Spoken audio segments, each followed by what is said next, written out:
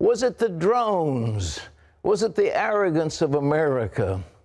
The answer is none of those things. Those boys were motivated by Islam. That's what investigators say about the two brothers suspected of the bombings in Boston. And the older brother was reportedly angry with America and Christianity. Charlene Israel has this look at what we've learned about the bombers. From his hospital bed, Johar Sarnef has started to answer questions.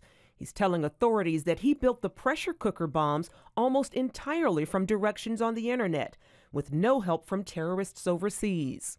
I would characterize it as really self-radicalization. I mean, these are individuals who may have some connections overseas, but the primary radicalization is in places like the United States. Still, authorities believe al-Qaeda and the preaching of radical jihadist Anwar al-Awlaki may have inspired the two. Investigators are looking closely at the older brother, Tamerlan, as the possible brains behind the attack. Of particular interest, his 6-month trip to Russia and Chechnya last year. As CBN's George Thomas recently reported, Chechnya has been a volatile region, a place of numerous clashes between Muslim militants and Russian forces. It's also served as a training ground for militants dedicated to the global jihad. Neighbors say when Tamerlan returned from his trip, his views were more extreme, and he expressed anger about America and Christianity. He said that the Bible is a cheap copy of the Quran. He said that most American wars are excused with the Bible. A Boston area mosque also reports outbursts from Tamerlan during services in November and January, where he argued against celebrating American holidays and criticized Martin Luther King. More hard evidence is also emerging against the brothers. FBI court papers indicate that one of them told a carjacking victim, "Did you hear about the Boston explosion? I did that." The accused bomber has been charged with federal crimes that could bring the death penalty. Charlene Israel, CBN News. The question was asked, do those guys succeed or was it a failure? Well, the answer is they've sure got the attention of America. Every news channel has been focused on those two young men, and everybody's been talking about it. So they did a lot of damage, but why? Well, George Thomas is with us with more on Islam in Chechnya. And George, you've just been to Chechnya, and what about global jihadists? Did you find any evidence of them? Yeah, Pat, the ties with global jihad run very, very deep. If you look back in the early 1990s, Ayman al-Zawahiri, the second in command of al-Qaeda, went to Chechnya looking for a base of operation. Then in 1999, the reports are that Osama bin Laden went to Chechnya and gave support to the insurgents who are fighting. As you look at this map, there's a map of Chechnya and Dagestan. This is the epicenter. This is the hotbed of radical Islam today in southern Russia. And the Russians have, since the 90s, been fighting almost a daily battle to rid these Islamists of a base of operation.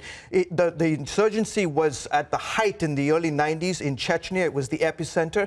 They flushed them out. The Russians were ruthless against the Islamists. Now they've moved next door to the province of Dagestan. And today, there is not a street, Pat, in Dagestan. The capital city is Makhachkala. There is not a street in Dagestan that has not been touched by terror. Almost every day, there are suicide attacks. There are bomb attacks. This is what the Russians are up against almost every day in the northern Caucasus. Link those two boys to one of these groups, or do you have a link? You know, the big question now is the older brother. In 2012, January, he apparently took a flight from JFK to Moscow, and then from Moscow landed in Makhachkala. I was just there several months ago. He spent 6 months. Investigators are trying to figure out what did this older brother do for 6 months in Russia, in this part of Russia. And apparently 2 years ago, the Russian intelligence service contacted the FBI and said, guys, listen, there are these two brothers who are from Chechnya. They have spent a lot of time on radical Islamist groups. You need to keep an eye on them. The FBI went in, interrogated these two individuals, found that there was no connection. And then in January 2012, the older brother takes a flight from JFK to Moscow. They apparently, the reports are, the airline misspelled his name. Therefore, the FBI nor the Russian intelligence knew he was coming back to this volatile region. So now all the focus is on this Dagestan region. What did this older brother do for 6 months? They don't know. They're still trying to figure that out. But clearly, when he returned in August of 2012, he set up a website, a YouTube channel. And within the first weeks of setting up this YouTube channel, you could see the radicalization of his mind, because he started to post various sermons by the top jihadists from this region in Russia, talking about how young people need to go out there, commit suicide attacks, that it's about Islam, it's about Sharia law, it's about, you know, taking the principles of Islam and keeping them within your being. What is it that grabs somebody's mind when they do that? What is it? I mean, his mind was captured. Yeah. How do they do it? I think it's a combination of factors. You know, the brothers came here 10 years ago. They were young. The oldest was 9 years old. The oldest was 16. The youngest was 9 years old. They came from a region. They remember their history. You see, they remember their background, their ethnicity. Chechnya was in the middle of a brutal war. They understood it from the stories from their parents, perhaps, of the brutality of the Russians and the fighting with the Islamic radicals. And so they spent 10 years. The older got into boxing. He was smoking. He was drinking. And then about 3 years ago, something happened where he and his mother apparently started to become very devout, and it caused a rift within the family. The husband said to the wife, listen, you are becoming too radical. She started to wear the hijab. She was fully veiled. The older brother started telling the father, listen, we have to devote ourselves to Islam. And in fact, the father said, I've had enough of this. I'm going back to Dagestan. And so it caused a rift within the family. Well, George, everybody talks about Islam as the religion of peace. You've been all over the world. Every time you encounter it, there's persecution, there is mayhem, there's slaughter. There's just a bloodlust in this religion. Absolutely, yeah, there is. And it's, you know, the untold story. One of the reasons I went to Dagestan several months ago was to do the story of the secret believers who are today walking the streets of Dagestan, and they're quietly sharing the gospel of Jesus Christ. One of the organizations I went with, they said, look, our goal, we know we are at the epicenter of radical Islam today in Russia. Our goal is to reach the young people. Before they see the videos of the beheadings, before they hear the call to Allah and the call to Islamic Sharia law, we need to penetrate them with the gospel of Jesus Christ. And so they're working quietly. And in the process, they lose their life. In the process, they face daily persecution because they're going out sharing the good news of Jesus Christ with these vulnerable young men and women. George, we appreciate it, and please, dear brother, get some rest. You've been bouncing around the globe like a satellite. I'm glad to see you. Thank you. Brother. Thanks. Well, a well-known liberal has raised his own objections to Islam, and that was on his TV show. Lee Webb has that story from the CBN newsroom. Here's Lee. It's surprising, Pat. Talk show host Bill Maher surprised his audience as well as his guest on his HBO program this past Friday night. Maher was interviewing Brian Levin, the director of an organization called the Center for the Study of Hate and Extremism, and they were talking about the Boston Marathon bombings and the religious aspects of terrorism. But could I just interject? Look, it's not like people who are Muslim who do wacky things have a monopoly on it. We have hypocrites across faiths, Jewish, Christian. They're not as dangerous. I mean, there's only one faith, for example, that kills you or wants to kill you if you draw a bad cartoon of the prophet. There's only one faith that kills you or wants to kill you if you renounce the faith. An ex-Muslim is a very dangerous thing. Bill Maher said he realizes most Muslims are not terrorists, but he said violence is more than just a fringe element in Islam. Pat, what in the world has gotten into Bill Maher? Is he becoming a conservative all of a sudden? No, I think the dawning of the truth. You can't kill with so many people in the Boston Marathon. I mean, this is the heart of the Irish Catholics. I don't know what Bill is, but this has struck a blow at the people that he loves, and I think that he begins to see, and people begin to see what we're dealing with. These are radical people.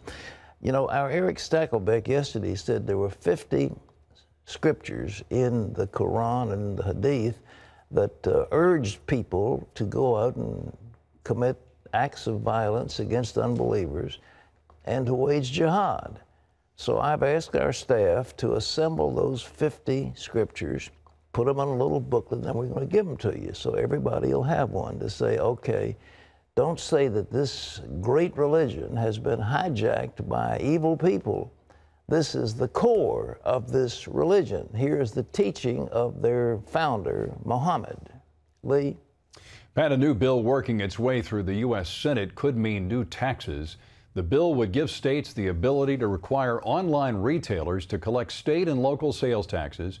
That tax then would be sent to the state where the shopper lives. Under current law, states can only require stores to collect sales taxes if the store has a physical location in that state. So many online sales are essentially tax-free. The Senate could pass the bill this week. The White House supports it, but it could face trouble in the House, which is, of course, controlled by Republicans. Opponents say it would impose complicated regulations. Flight delays are piling up around the country. That's because air traffic controllers are being forced to take days off because of budget cuts. Those automatic cuts came as a result of the so-called sequester, when Congress could not reach a deal to trim deficit spending. All Federal Aviation Administration employees are losing 1 day of work every other week as a result. Some critics say the White House is using air travel, though, as a pawn to make the sequester budget cuts look worse than they are. They argue the FAA could reduce its budget in ways that wouldn't delay travel. Pat? I say a hearty amen to that sentiment. And ladies and gentlemen, this is one more example of the White House playing politics with the budget. You just wish somebody somewhere would put America first. What's good for this country?